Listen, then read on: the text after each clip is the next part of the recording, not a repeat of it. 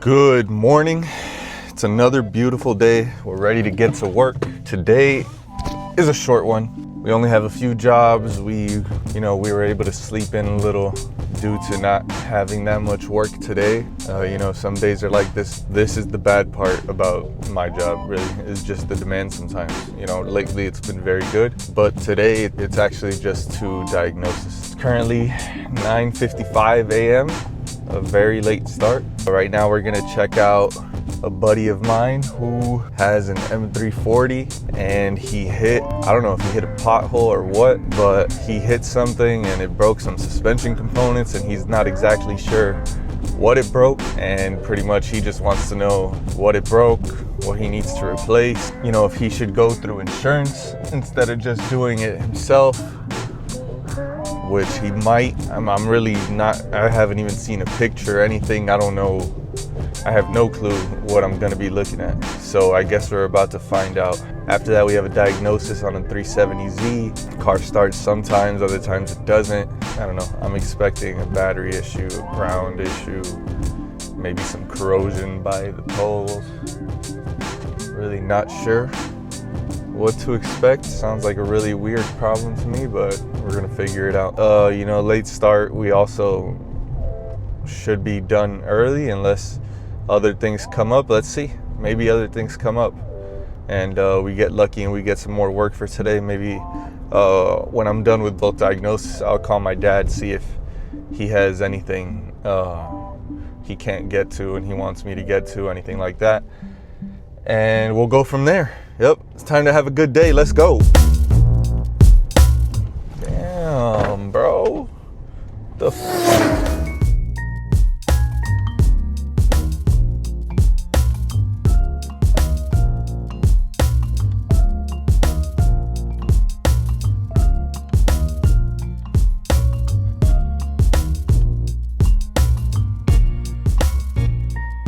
We're about to arrive now to my first stop, the M340 with the messed up suspension components. Hit a pothole, I don't know what it was.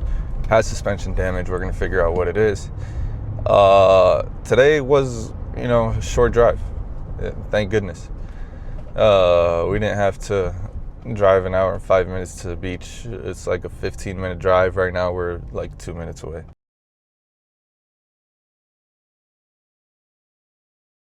Gotta get to work.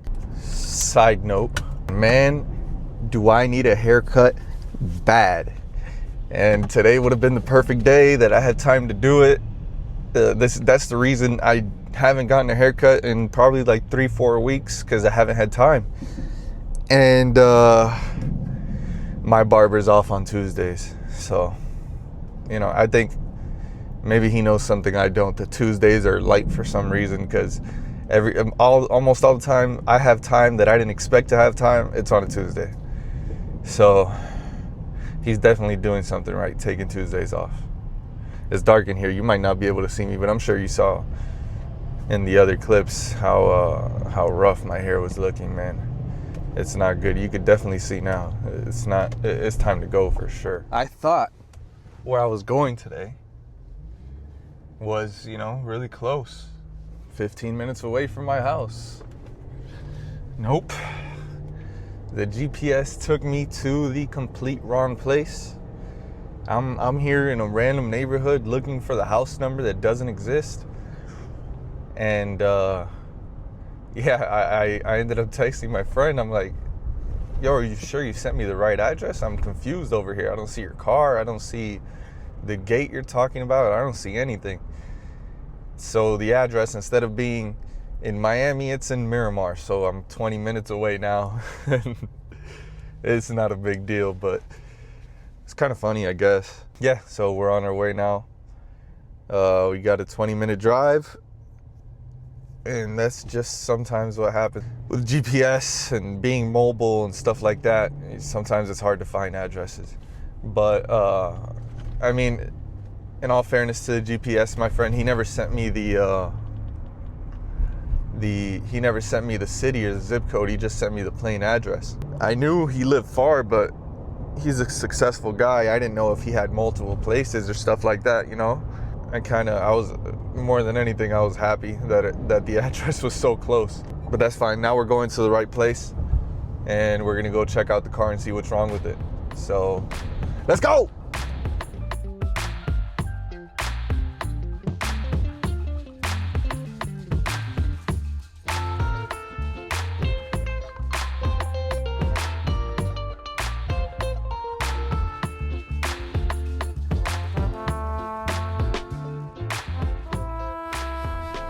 Now we are presumably about to get to the right place. It was like a 20-minute drive, no big deal. Let's check this car out. A nice look at the damage here. You can see it's kind of cambered in. Let's get it off and see what's wrong with it. Before I even take the wheel off, I think the wheel is cooked. You know, I'm sure he knows about that. I don't have to let him know. I just kind of want to get it for the video. Back wheel too. Right off the bat, you can see that's not straight in there. And you could definitely tell down here, the strut, well, maybe you can't tell on video, but it's pretty obvious in person. The strut is cooked. I'm over here to check if the tie rod had that same bend in it on this side. It definitely does not. And then you can see also his tires here, so I'll let him know about that. So you can see that tie rod is perished. Everything else looks fine. Control arms look fine. There's no apparent damage in them at all. They have those bends from the factory. I think the sway bar end link should be changed. It doesn't look like there's anything wrong with it, but that's such a weak and flimsy piece, and the strut took all that damage. I'd be surprised if nothing happened to the end link. I think that's it. He had mentioned maybe going to coilovers.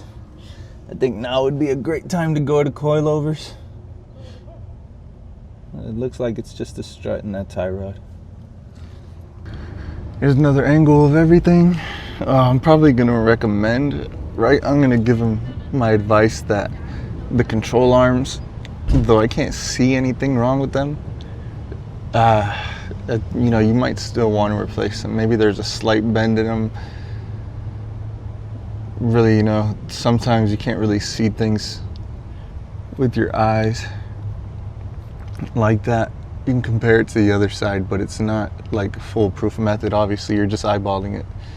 Another option could just be replace the tie rod and the strut, and then take it to get aligned and see if it aligns properly. If it aligns properly, you're probably good. But I'm gonna tell him if he wants to be extra cautious to replace those control arms too. Tire also took, rear wheel, sorry, also took this big old hit. So I wanna check the rear too. And really everything looks fine back here. There's nothing that sticks out. Everything is straight where it's supposed to be. Everything seems good. This needs to be replaced. I don't think I showed you guys that. Sneak peek at my truck setup. Not too much info. If you guys want a truck tour, let me know. I'll give you a tool truck tour. See how I quote unquote organize everything. Done with that, I told him, you know, I sent him 2 lists. I can't remember off the top of my head right now. Maybe I'll forget something, but you guys saw it. Told him he should for sure replace that front driver's side strut, front driver's side tie rod, inner and outer. That rear lift puck, I don't know if that's the actual words for it. And I told him that if he wanted to be extra cautious, he should replace those front driver's side control arms too. Everything in the rear looked fine. You know, he basically wanted to know if it was worth coming out of his own pocket to do the repair or if he should go through insurance. I said he should go through insurance because just in parts he would exceed his deductible. I know, you know, insurances sometimes raise your rates after claims and stuff like that, so that might bring another question to it, whether he should go through insurance or not. But, you know, as a preliminary decision, just taking things at face value, it does seem like he should go through insurance.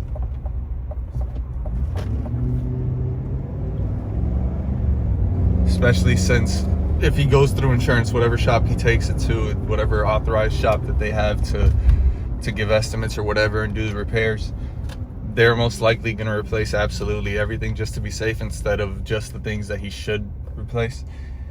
So you're going to get better value off of that. Yeah, that's pretty much it for that one. Now we are in Miramar and we got to go all the way to Homestead. Basically, it's not too bad, it's a 30-minute drive. We got to check out a 370Z that starts sometimes, other times it doesn't. So let's see. Let's go.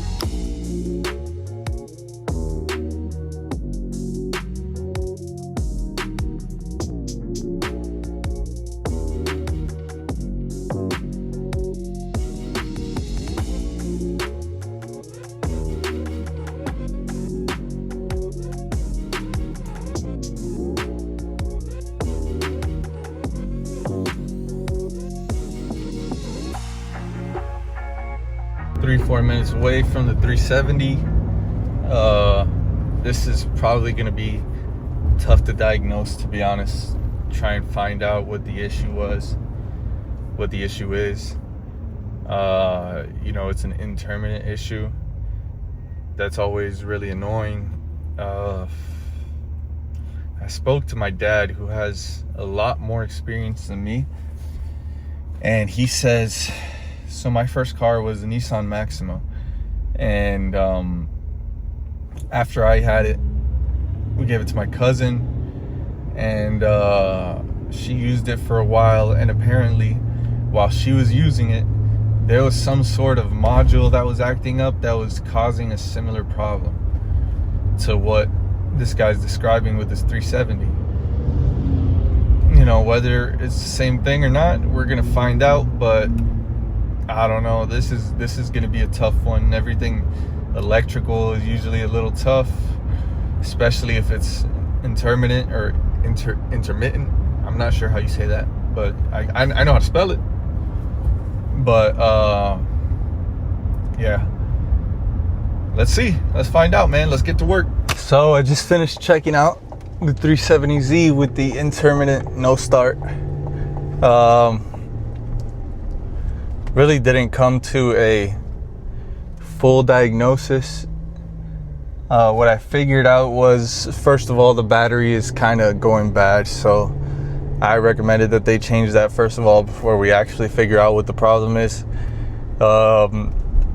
It's still it's gonna be complicated, because if the battery doesn't fix it, you know, he said the way he explained it to me is kind of like it reacts the same way as if you try and start it with the clutch not pressed down. So I'm thinking maybe the clutch switch is failing. Here's the problem. That would have been really easy to test, but the OBD circuit isn't working in that car, so I have no way to connect my computer to get actual diagnostics on it. You know, I checked fuses. There's the way Nissan does it, I'm not sure. Every other car, you can easily find an OBD fuse. Easy. Find that, check it out. If it's good, it's good. If it's not, you replace it. You know, maybe you find out what the problem is that caused it to blow in the first place. But here, there's no dedicated OBD fuse. So a little bit of an update. I was kind of curious exactly where, like, which fuse controls the OBD and this, that. And I found it. I was sitting at a stoplight. I looked up online. I found a video, somebody explaining it. So there's like a weird switch Nissan uses so that they can easily, you know, cut the power from OBD and Homelink and a few other things to save battery while the car's sitting at the dealer. And so I saw that, but I didn't know it has a fuse under that white switch thing it has, and that's the fuse for the OBD. So I talked to the customer. I'm gonna go back tomorrow morning and fix that. I'm not gonna charge him anything, but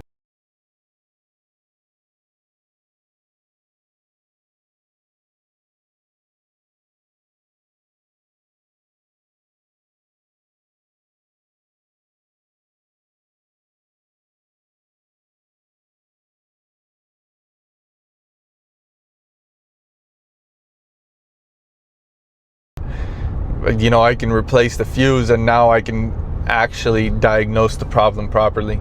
I was having such a hard time figuring out why the OBD wasn't working and how that was gonna work, but should be able to figure it out now. So hopefully we can get that problem resolved. You'll probably see that in another video. Yeah, bye. Pretty much I just told him, hey, let's start with replacing the battery and go from there, you know. So he's gonna get the battery replaced. I'm sure I could have done it for him, probably got him a better price on the battery, but then, you know, he would have had to pay me labor. I don't know if how that would have lined up. Nowadays you can go to AutoZone or Advanced Auto, buy whichever one of their batteries, and they'll install it for free. Sometimes that works out better. You know, he didn't ask for a quote on replacing the battery, so either he's going to do it himself or he's going to get them to do it for him. That's fine with me. You know, hopefully the battery fixes it. Hopefully it was that the battery's on its last legs and it was causing random problems. Really, if I can't connect the scanner, it's really difficult for me to get in there at all. This car too, one of the main problems is he bought this car used 3 months ago, so he doesn't know what's done to it. It has random wires going off of the battery. It had a tracker in it that we found just now. We disconnected it. You know, there's a lot of things done to this car that he has no idea. It's hard to properly diagnose cars like that. I didn't charge him a diagnostic fee. This is also the reason I didn't charge him a diagnostic fee, is because I didn't really give him a diagnostic. You know, he asked me how much does he owe me. I just told him, man, just send me gas money for getting here. That's about it. Replace the battery and we'll go from there. If you watch my previous video, we talked about the diagnostic fee and stuff like that, and how it caused me problems the other day. I try to be very fair about it. I don't usually charge people diagnostic fees unless I give them a diagnosis. You know, I didn't really give this guy a diagnosis. I kind of just checked a few things out and realized that, you know, until he fixes a few things, I can't really give him a diagnosis. So let him take care of that, and then we'll get to it. Other than that, don't have any more jobs for today. It was a very light day. My dad didn't have anything for me, so we're done early for today. I'll find something else to do. Probably not work, but I'll get something else productive done. Hopefully I can get this video out tomorrow. Yeah, thanks for watching. Like and subscribe. Have a good one.